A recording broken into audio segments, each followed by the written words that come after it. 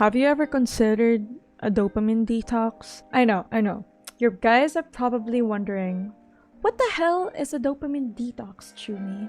You and I both, because this is also the first time I have ever heard of such a concept. I mean, the concept of dopamine detox has always been a very interesting topic of discussion. On the one hand, you can see where the idea comes from, wherein you regulate the amount of things that make you happy. So they make you even more happy when you have them again the next time. And you can moderate them better. But on the other hand, avoiding these things that make you happy can be detrimental to your mental health in its own way. So with all that in mind, does having a dopamine detox help? Just to give you guys a little disclaimer, okay? Welcome to PsyPoints. We are not professionals here and we are not trying to cure anyone. So if you are suffering from any mental issues, please take some time to breathe. Contact a professional, get yourself some help, talk with someone you're comfortable with. And again, seek professional help because it's for your own good. So, how did the trend of dopamine detox start? There was this doctor called Dr. Cameron Seppa, and they posted on Medium an article titled The Definitive Guide to Dopamine Fasting 2.0, The Hot Silicon Valley Trend. This article went viral and was even featured in international media, including the BBC and the New York Times. So what is dopamine detox? Because even I'm wondering what the hell this is. Admittedly, dopamine detox, or what Dr. Seppa actually calls it, dopamine fasting, isn't actually about avoiding everything that you like to do. In fact, he explicitly states in the article he wrote that the point of dopamine fasting is to regulate problematic behavior. Okay, I don't know how that's related with the two, but we're gonna keep going with this, okay? Rather than avoiding things that you enjoy doing, Dr. Seppa calls for a reflection of one's lifestyle and habits. Dopamine fasting is a regulative practice to avoid indulging in unhealthy behavior to avoid addiction. Okay, now I get it. A few of the things Dr. Seppa listed in his article include emotional eating, internet and gaming, gambling, and shopping, to name a few. This practice is based on cognitive behavioral theory. Specifically, how the goal of this practice is to control external stimuli. This is a CBT-based technique called stimulus control. So, in case you guys didn't understand that, what Dr. Seppa basically says is that dopamine fasting is an action in which you are trying to regulate your pleasures or the things that make you happy in order for you to avoid having unhealthy habits. So for example, for me, I'm a gacha game player. I like playing Genshin Impact, Arknights, those type of gacha games. And of course, I get a lot of dopamine from that because I always roll for characters, and whenever I get the characters I want, it feels great. So basically, dopamine fasting is me trying to avoid rolling because I don't want to form an unhealthy habit of me doing it over and over to the point that I become a gambling addict already. So this is basically the whole point of what dopamine detox or dopamine fasting is. So, does it work? From a scientific standpoint, I would say that dopamine detoxing is not physically possible. There is no feasible way to completely get rid of your desires or the things that make you happy. Because in the first place, dopamine is a naturally occurring thing that is produced in your brain. However, the practice taken from the concept of dopamine detoxing, neurotransmitters aside, can work from a psychological perspective. Fasting or detoxing from dopamine-producing activities does nothing to your brain though, sadly, but instead helps us practice reaching a state of mindfulness. Yes, mindfulness. This also teaches us to rely less on reward and distraction and focus more on ourselves. It's really more of a habit-building exercise rather than a neurological one, which again, it's you trying to control your desires in order for you not to be controlled by your desires. Do you guys get what I mean? It's like whenever you play a gacha game, you try your best not to spend on that game anymore because you're not trying to form an unhealthy habit of you spending over and over again. Because if you keep spending over and over again, the game is basically controlling you to give it more money. So is it a psychological thing? I honestly have no idea. I would say that it's more of you reaching this state of like maturity in your brain in which you are in control of the things that make you happy so that you won't form very unhealthy addictions or habits. So, generally though, the problem with videos advocating for dopamine detoxing isn't that they're outright lying, but that the term dopamine detox and the methods employed are very misleading.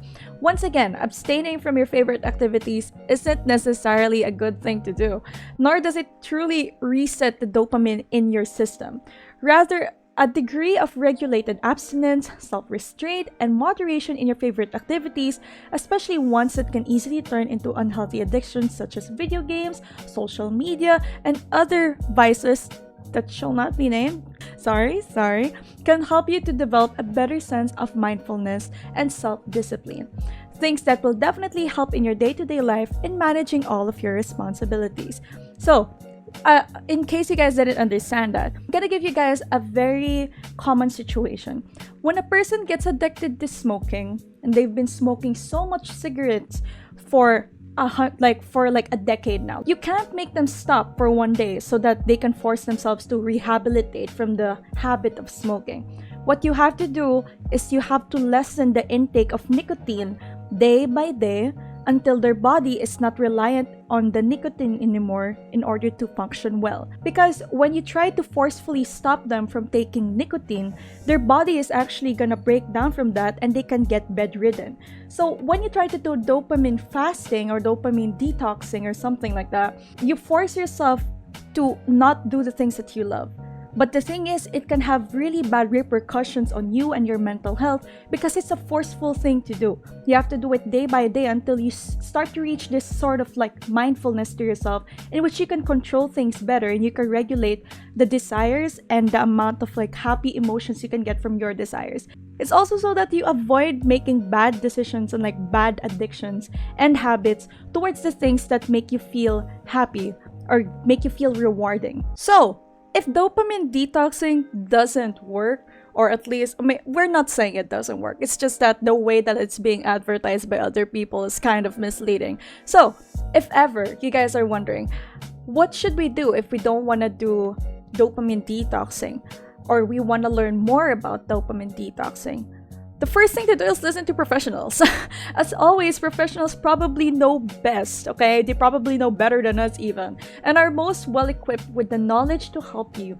If you're feeling overwhelmed or your habits are overtaking your life and it's controlling you, oh my god, Hoyoverse. Sorry, it really is controlling my wallet though. Jesus Christ. If you're feeling overwhelmed or like you think that these habits of yours are controlling your life and it's starting to detriment your lifestyle and overall mental health or physical health, a counselor can probably help you to figure things out and get things in order. Remember, professionals are always an available option before you do things like self-diagnosing and proclaim yourself as having stage 4 cancer, sigma, ligma. But the main thing that I'm telling you guys is that consulting professionals is never a bad thing. Consulting the internet is okay. If you want to know more about something, then it's already fine. But when you try to consult the internet in order to fix your problem, even though you have an option that can actually help you and they probably know better than the people that you met on the internet, then why not go for the safer option, right? So that's what we're saying over here. You always listen to professionals because you don't want to compromise your mental health even more by self-diagnosing or listening to complete strangers or listening to like some internet fad that's telling you like, oh, detoxifying yourself from dopamine things or like what makes you happy is probably gonna make you feel better and you're gonna eradicate that addiction like poof. It doesn't work that way, honey. You have to consult a professional for that. So, what can you do instead? On a personal level, without having to do anything drastic or consulting with a professional, there is still some things that you can do that are along the lines of dopamine detox, but they are actually effective, okay? They're actually effective. While it is true that dopamine detox is virtually impossible, no offense, one can achieve some benefits from staying off of activities that you may find addictive for a short period of time. Staying off of things like social media, television, and whatever habitual activities you may indulge in that may turn problematic can help to develop a greater sense of mindfulness. Though you should also remember not to go too overboard with that type of thing and just deny yourself the things that you enjoy, because you shouldn't do that to yourself. Remember, when you force yourself to avoid the things that make you happy or the things that you're addicted to, it's you that's gonna be facing those consequences, not the people around you. Your body can break down from that because it became reliant on that already. You can't just make it disappear like that. You have to make it day by day. You have to take it slow because it's something that you already formed a habit out of.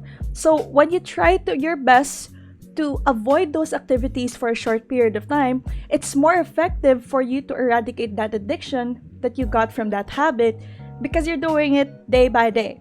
You know, take your time, homie. No one's rushing you. It's just you.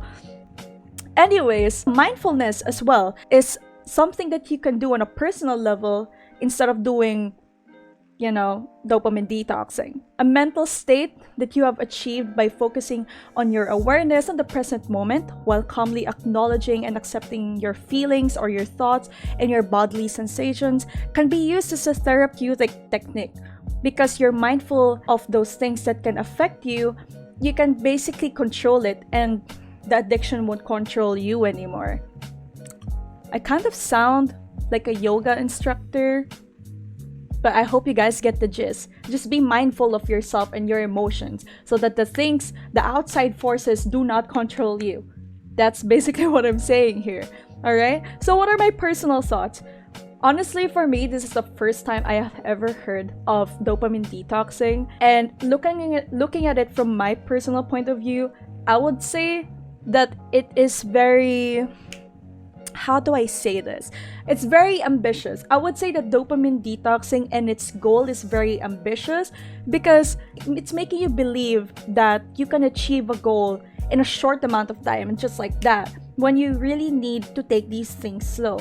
When you try to eradicate a habit that's already rooted on a very bad addiction, you can't just stop it in a short amount of time. I'm not saying it's good to be reliant on those addictions that you have probably formed from those bad habits of yours. Of course, it's not good to stay addicted to those, but it's also not good to suddenly stop yourself because you think it's bad. What's something that you have to do is, instead of dopamine detoxing, is just to moderate yourself until eventually you can control yourself better and you won't be controlled by those addictions anymore. Moderation is key. Why do you guys think there's mods on Discord or Twitch? It's so that you can control the people that are spamming on your chat or harassing you or something. Moderation is key so that you can control things around you better. And of course, in this context, moderation is key so that you can control those addictions of yours and probably the emotions that you can get from those addictions. So we're just gonna conclude this whole thing because it's a maelstrom of a lot of things. No offense, but when I first heard of dopamine detoxing, which is just a few hours ago, I was thinking to myself this kind of sounds like a TikTok type of trend, like a type of fad where you just put hashtag psychology talk and people are suddenly be like, oh, I actually heard studies about this and it's actually true. Come on. It's 2022. Why do you still believe that stuff? Right? So, basically concluding the whole dopamine detoxing thing. Stopping yourself from being happy doesn't make you more happy.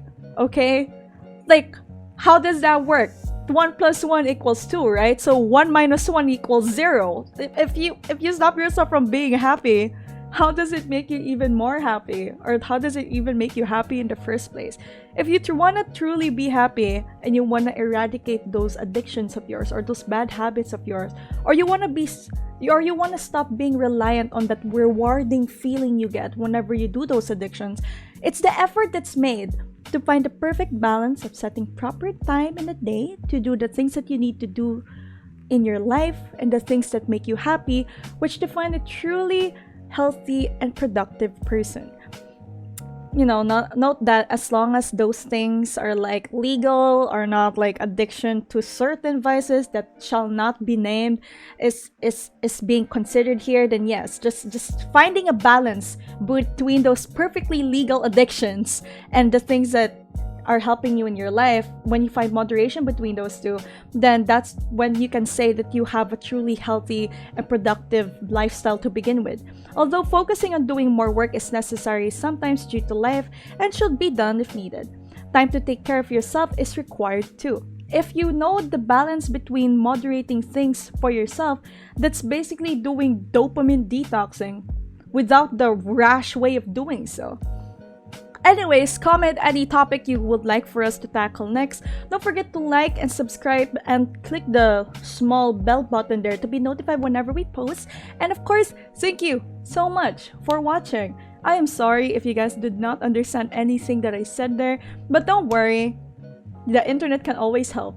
Except for like when you try to figure out what like mental illness you possibly have, they can probably encourage you to self-diagnose, which is not a good thing. The internet cannot help with those situations, okay? Just remember that. Stay safe, kids. Bye!